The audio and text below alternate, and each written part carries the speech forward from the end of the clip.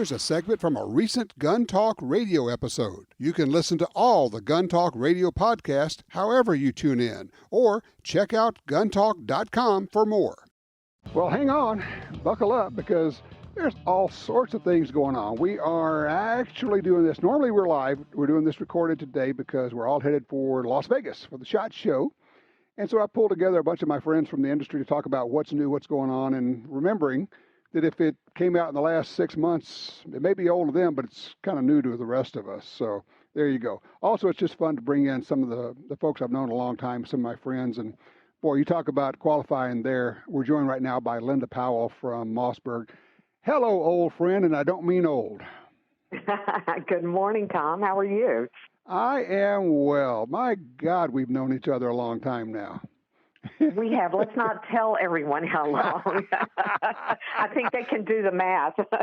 Yeah, no kidding. You know, and we've shot stuff all over the place. You are one of the most avid hunters I have ever known. You just live for it.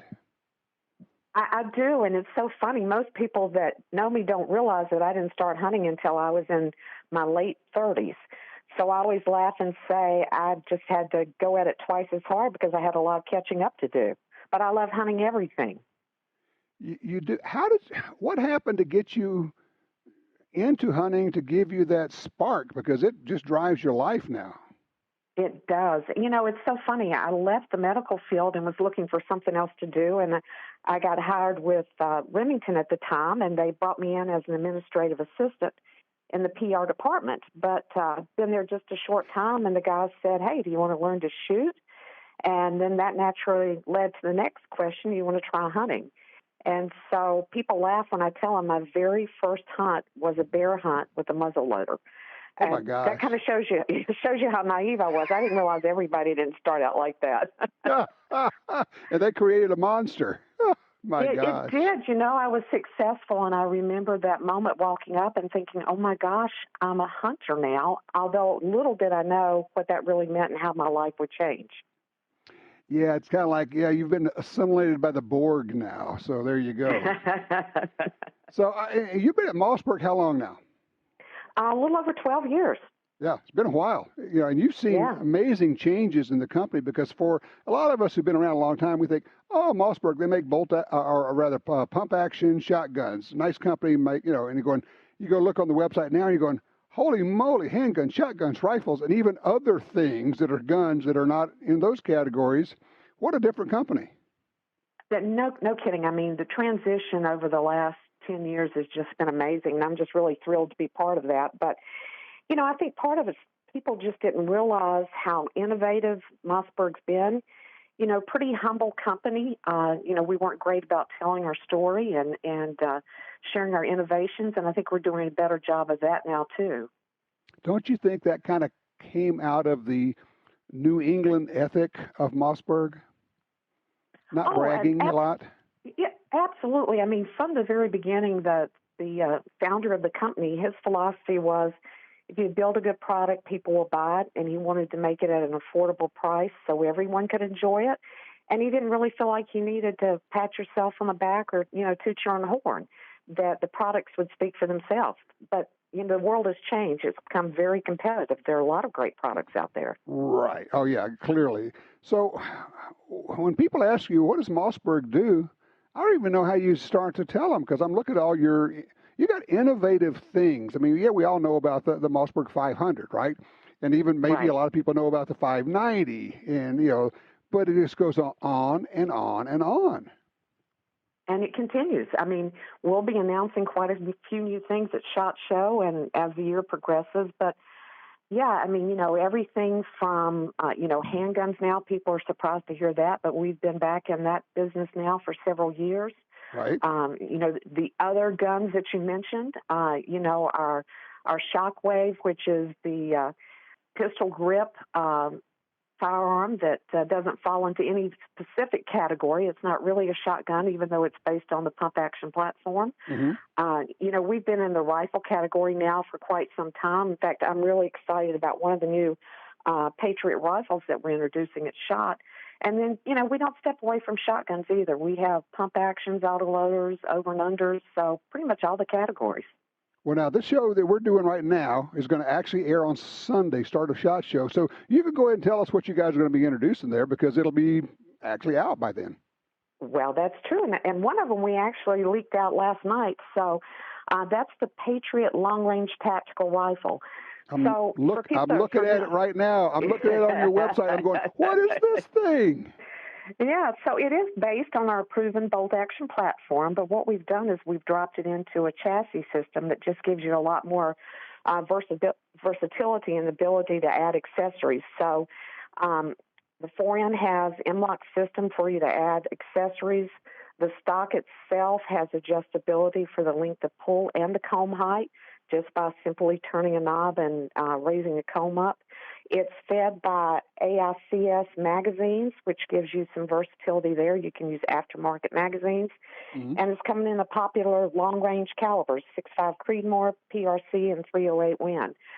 So this is a real tack driver for anybody that's looking maybe for something to get into long-range shooting or long-range hunting. Interesting. What's the price point going to run on this, roughly? Suggested retails right around $1,000. So getting into a rifle at that price point is, I think, a tremendous offering. You know, it kind of goes along with the whole Patriot rifle line, which I look at and think, I don't think you get enough credit for this entire line of bolt-action rifles because I think people look at them and go, oh, they're inexpensive. How good can they be? No, they're actually really good, but they also happen to also be very affordable. Exactly. Again, gets back to the company's motto, but you're right. I think our bolt-action rifles are very underrated. They come with a lot of features that you see on higher-end custom guns, but we just are able to bring them to the market at a more affordable price. I got a thing for bolt-action rifles, and the Patriot, Mossberg Patriot's a really good rifle. I'm thinking, I wonder how many of those they have. Well, not counting the new long-range one, I'm looking at 37 different models. That's incredible.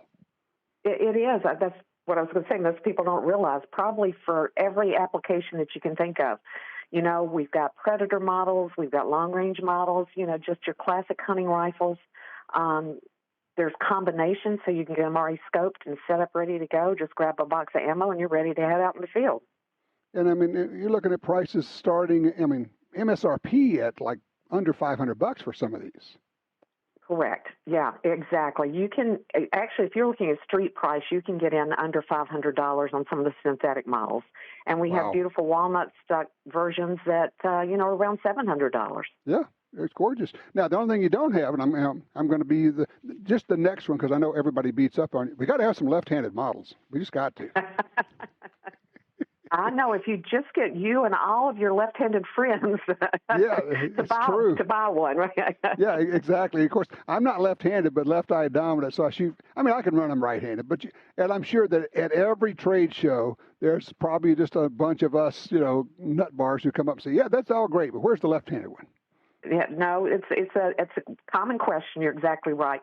I think the tough answer is, unfortunately, to switch over and do that, the tooling and everything, it comes an expensive venture. Yeah, it is. And honestly, you don't find that equates to sales, even though we know there are a lot of left-handed shooters out there like you or left-eye dominant. They've just learned to adapt and shoot right-handed models. I know. I just like to kick you in the shins about it. Well, it's okay. Thanks. Just a continuation, right, of everything we do. Exactly. Oh, my gosh. So, all right. So tell me something else that's new that is new as of Sunday at SHOT Show. Sure. And I think this is a trend that's really exciting. We've seen optics on handguns for quite some time, but Mossberg kind of breaking ground by making optic-ready shotguns. So what that means is we've actually made a cut in the receiver where you can directly mount an optic, like a micro dot or a red dot optic, directly to the receiver.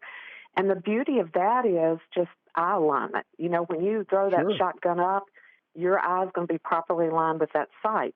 And we're doing it on the hunting side with a lot of our turkey guns, but we're also doing it on the tactical side. Our new 940 Pro Tactical has that optic cut, but we're also offering one with a Holosun sight. So that's one, that's a great package right there.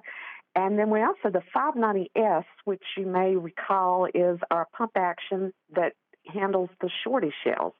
Oh, yeah. So without an adapter, it can handle the 2 3/4 inch, 3-inch, and that 1 3/4 inch shell interchangeably. Nothing needs to be done to it, but we put optic cuts on those guns too. And I've been to a few kind of defensive shotgun courses now, and man, when you throw an optic on a shotgun, it's unbelievable the difference in your accuracy and how quickly you can get back on target for follow-up shots. Well, the other thing is, it really makes the point, and of course you've been to the schools where you understand this, but a lot of people don't get it, that when you can actually very carefully aim a shotgun, it changes what you can do in terms of a defensive situation, whether it's making a longer shot with slugs or, I mean, people are going to think we're crazy, but actually taking a headshot or even a partial headshot with buckshot up close because you now have the ability to aim that carefully. Absolutely. You're correct. I mean, it just changes the world of defensive shotgun. So, and for those who may not quite understand what you were saying, okay, by putting the cuts in, you allow the optic to be mounted lower on the receiver, because if it's mounted higher when you shoulder the gun, you actually have to kind of pick your cheek up off the stock, and that's not conducive to good shooting. But with this setup, you can cheek that stock really hard and get a good firm grip on it, and you're still looking through the optic. This is brilliant. I don't know why this hasn't been done before.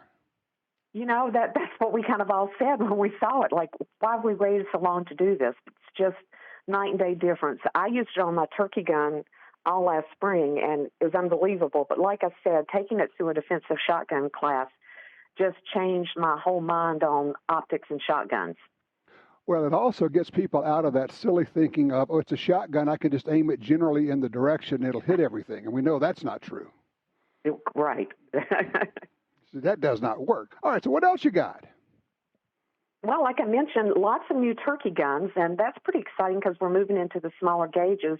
As you know, with the advancements in shot shell technology, it's not uncommon now to hear people using 410, 28, and 20 gauge Crazy. on turkeys and waterfowl. So we have kind of a whole lineup of new turkey shotguns, both our 500 pump actions, our SA autoloading line, again in 410, 20, and 28 gauge. Several of those do come with the optic cut as well, so you'll be able to drop on that microdot optic. We are adding the 940. I touched on that, but the 940 is kind of our flagship autoloader now. Right. It's a 12 gauge that we introduced a couple of years ago that has a new gas operating system. One thing I love about it, with its internal coatings and finishes in that gas system, you can run up to 1,500 rounds without cleaning it.